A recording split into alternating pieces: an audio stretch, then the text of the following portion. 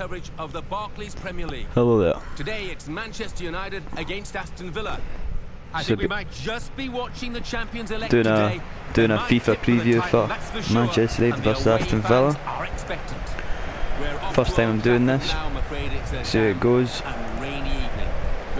Apparently a rainy evening night. See how realistic that is. Welcome everybody to our match today. I don't see Man United making too many changes after the win against Liverpool. Wouldn't lead the line. I think I've got Smalling playing, but I'm sure he's out, so I'd imagine Rojo will come in for Smalling. Play next to Jones at centre half. Yeah, Aston Villa's team, I don't see them making many changes, to be honest either. I've not really picked the team, I've just let FIFA go with it, pretty much the last team that played and who's available, whatever. But then I think their team picks itself for the most part these days. A bit of a resurgence under Sherwood. Kind of surprising to me, I didn't think he'd do much, but if the players there, I suppose, just a wee lift for a bit to get him going. Also, everyone below them's that bad as well. They're not out the woods yet, but I don't know. I don't see Burnley or Sunderland or that really making much of a climb. This is then the Manchester United lineup. David De Gea starts in goal. Chris Smalling starts with Phil Jones. I'd expect Manchester United to win this game. This would be a terrible defeat for Man United if they didn't come away with 3 points here. Something massive for Aston Villa, and the change they've, a big sign of the changes they've went through in recent weeks. If they could get points at Old Trafford, Rooney back winning as he does, and Juan Mata back in the side is something that I think Man U fans should be happy about. Every time he doesn't play, I feel like you should be worried. That means he might leave. Less games he gets, he's a player of quality that you do want to see play for a team like that. Here comes an attack from Manchester United. And I think he's kind of making sure, even if Van Gaal wanted to drop, he couldn't. Michael Carrick as well, one of the biggest differences coming back into the team. Even the last time Man U went on that good run of form and threw himself up the table before around about Christmas time, was when he came back in the side and he really sat there and he could play that holding role, dropping into that back three whenever Van Gaal wanted him to switch to that. Marouane Fellaini basically played himself into being undroppable, as has Ashley Young. Talk about resurgence in a player. Two of them really, two scapegoats of the Moyes era, mainly Fellaini, undroppable. You have to, one of the first names in the sheet, because Van Gaal's one that's obviously not scared to play him where he's meant to, despite the fact he's got guys like Falcao on the bench. Although Falcao had a good international break with Colombia, I think 3 goals he got against Bahrain and Kuwait, I don't see that really playing him into Van Gaal's system right now, because I think if you're on a good run of form like they are for the Tottenham Spurs game, you'd hope it is a case of don't try and fix it if it's not broken.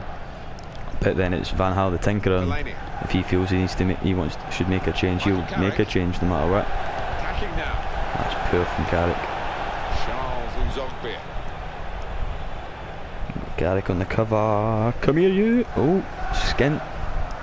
Absolutely skint. Herrera. I had a mate say to me, "Oh, would you make a Herrera since he signed? Must be disappointing." If you're a Man U fan, I thought, I don't really think so. I think every time he plays, he looks like he should play every week in that midfield. No, they haven't. His ball retention is incredible. He works. He wins the ball. He moves the ball. He's picked up a couple of goals as well this season. I think. I mean, I don't know what you're expecting from him if you think it's disappointing. With Rooney busting it in the box. Fellaini blocking it. Looks like Fellaini. Villa have got capability on the break. What would you call? A striker like Benteke seems to have got a bit more confidence back in recent weeks. He could pick up goals for anywhere. And Man U's defence is, as we all know, leaky on most days. And the last time they played them, they managed to only got to draw away at Villa Park. So I always feel like every year Villa are a team that usually do. I don't know why, I just feel like they're one of those teams that gives Man U trouble, no matter the state of them. There's been a lot of tense games when Man U were playing. Villa wiped out there. It didn't matter. Defensive block there. To No cross Valencia. coming in. This will be what Valencia does. Look, This is an excellent run. wing, pace, slide in the wing, and then hit it as hard as you can hit the box. There was danger. Every week, same thing. The fact nobody, don't know if it's a credit to his ability that he still manages to get those crosses in every week. Because every, like, you know, maybe not score for them, but he does get the ball in the box with it. It's the same thing every week. You think the left back, what's he going to do? He's not going to cut on his left, and when he does, he's immediately cutting back onto his right. But he plays every week. I think his pace and his strength, work rate, you know, makes him a key man in that, you know, in that position. I think he's a lot more. I don't think he's as good a player as Raphael, but you're not going to get the stupid mistakes that Raphael makes for the most part. I mean, barring the one where he sold the game against Arsenal in the FA Cup, that was a superb clearance. David De Gea. As a player, I think you could, if you were so inclined, you could make arguments for David De Gea as player of the season, Premier League player of the season. Without him, Man U would be, I think, where they were last year, sitting about 7th or something. Maybe even lower, especially when they were going through the tough times and they were kind of grinding out results or just getting back goals. I think he's one of the reasons they're no in as bad a state this year as they were last year. He's really cemented himself as one of the top goalkeepers on the planet. And it would be a shame for Man U fans to see him leave. It's Ashley Young on as usual. Ashley Young against his former side. Whizzed by the post. Yeah, it is. Ashley Young with a chop inside. I have to say, he's been in fine form in front of goal. Ashley Young's performances have been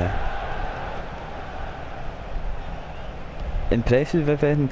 Even when he was playing wing back, nice move to get away from the defender. They're going, oh, I don't agree, I don't think that, oh, he's still crap. Because you do have it in your head, that's who Ashley Young is, he's crap. And it's going to take a lot to, like, change people's mind that way. But I think now people don't. It was the same with Fellaini. See, when they started to play well, the Boo Boys couldn't talk about them as if they were so rubbish, but they still weren't willing to say how good they were doing. So you just stopped hearing about them. For the most part, you know, all the Boo Boys with Ashley Young. I don't hear anything about Ashley Young anymore, because nobody really wants to say nobody outside Man United really wants to say he's doing well, because they still don't think he's good, but he's having a good run of form, so they just don't talk about him. And Fellaini was the same, but Fellaini's getting to that point now where they're actually people are having to start giving him plaudits, because he's a major part of what Man U are doing now. And they've kind of get by that thing of, oh, it's Route 1 football and whatever and that, because it's been effective, and it's clear that he's a danger at doing it. I mean, how many centre halves do you know that would want to really go up against Marouane Fellaini? Because not only is he big and strong and that, he's as aggressive as hell. He's all elbows and awkward and that. I'd hate to play against Marouane Fellaini. He might not have like the most ability in the world. Mata with a check timber. Most ability in the world, but just his pure physical presence, and he knows what he's doing. It's not like I'm not saying he's not got that much. That was the most Aston Villa clearance I've ever seen. Saying he's not getting any ability. I'd argue there's not a player in football that's got better chest control than him. It's frightening when he brings a putt in his chest. Ashley Young is reading the pass for Blunt.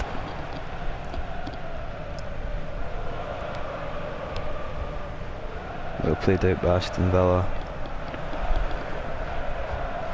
They're saying to go by, expect a quiet first half today. Good position, they've worked this attack very well into quite a dangerous position now. Oh, in goes the ball in. That's what Benteke's dangerous. Get it on the cooking, boys. First goal scorer, Christian Benteke in the first half. 144. What a horrible time that would be to concede. What for Man United, what a great time to score for Aston Villa going into the half. Knowing now that you can sit back and try and really work and frustrate for 45 minutes. You can imagine the half-time panels would be giving it all the Man U panic buttons, those ones that don't like Van Gaal, Richard Keys and the like. This would be their opportunity. Oh, and there's back, old Man United are back and all that. Rather taking their breath away. Well, That seems like a very Man U stat to me for this season. 2 shots, none on target in the first half, because then guys like Andy Gray will sit there and go, "You've had no shots. How can they expect it? It's been poor," which it has been. Let's take a look back at the highlights. Maybe more a reflection of me than it is Manchester United and FIFA. It is relentless. I just wonder how much more the pitch can take. It's poor for Under here. Real tussle for the ball. Rooney. Now he'll get it back again. There's Ashley Young. In for Ashley Young. See this rear guard that Villa have set up already? Expect it. And Herrera. Fellaini. Foul, referee.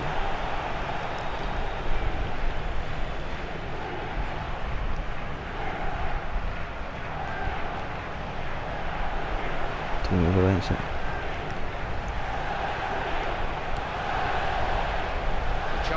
Daily Blind. The ball in. Who's in the box? Bad Guzan.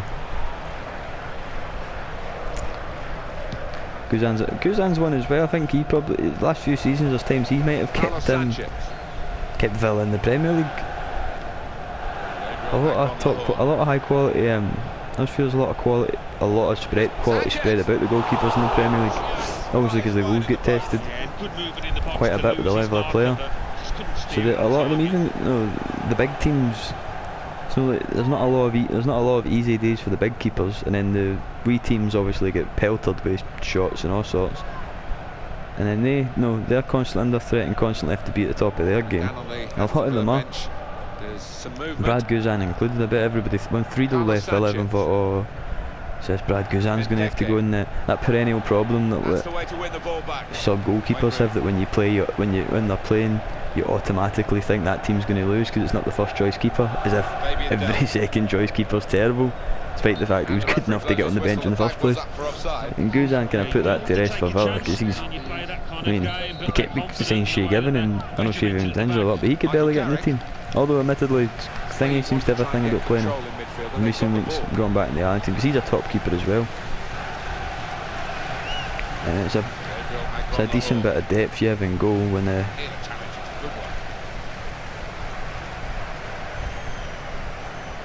decent bit of depth you have when your two goalies are Brad Guzan and Shea Given. Oh, that's a terrible tackle, ref. Foul, referee, that's shocking. There we go, yellow card to Fabian Delph. That is going to happen, because this is exactly how Manchester United versus Aston Villa is going to be. Would Rooney have a dig for here? I don't think so.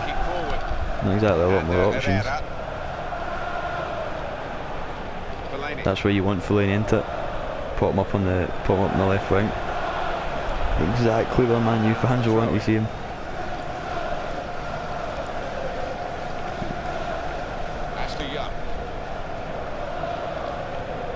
Aston Villa going to make a change here. Infringement spotted by Bobby Madley. What infringement did he really spot there? He knows he's got the lead. He's now going to do Ashley West, would they come on for Sanchez? I wouldn't see them taking Sanchez off in the lead unless he was injured, leading 1-0. He'd be someone you'd want in the midfield to break up Man United's play. Charles Nzogbe. Wonderful interception.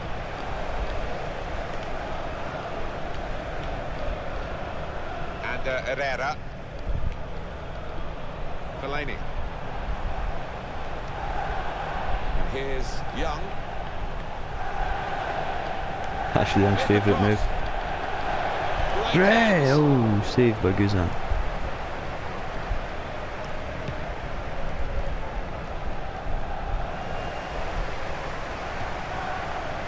Rooney. No, that's crap. I thought Rooney against Liverpool was Man U's worst player. And the penalty miss kind of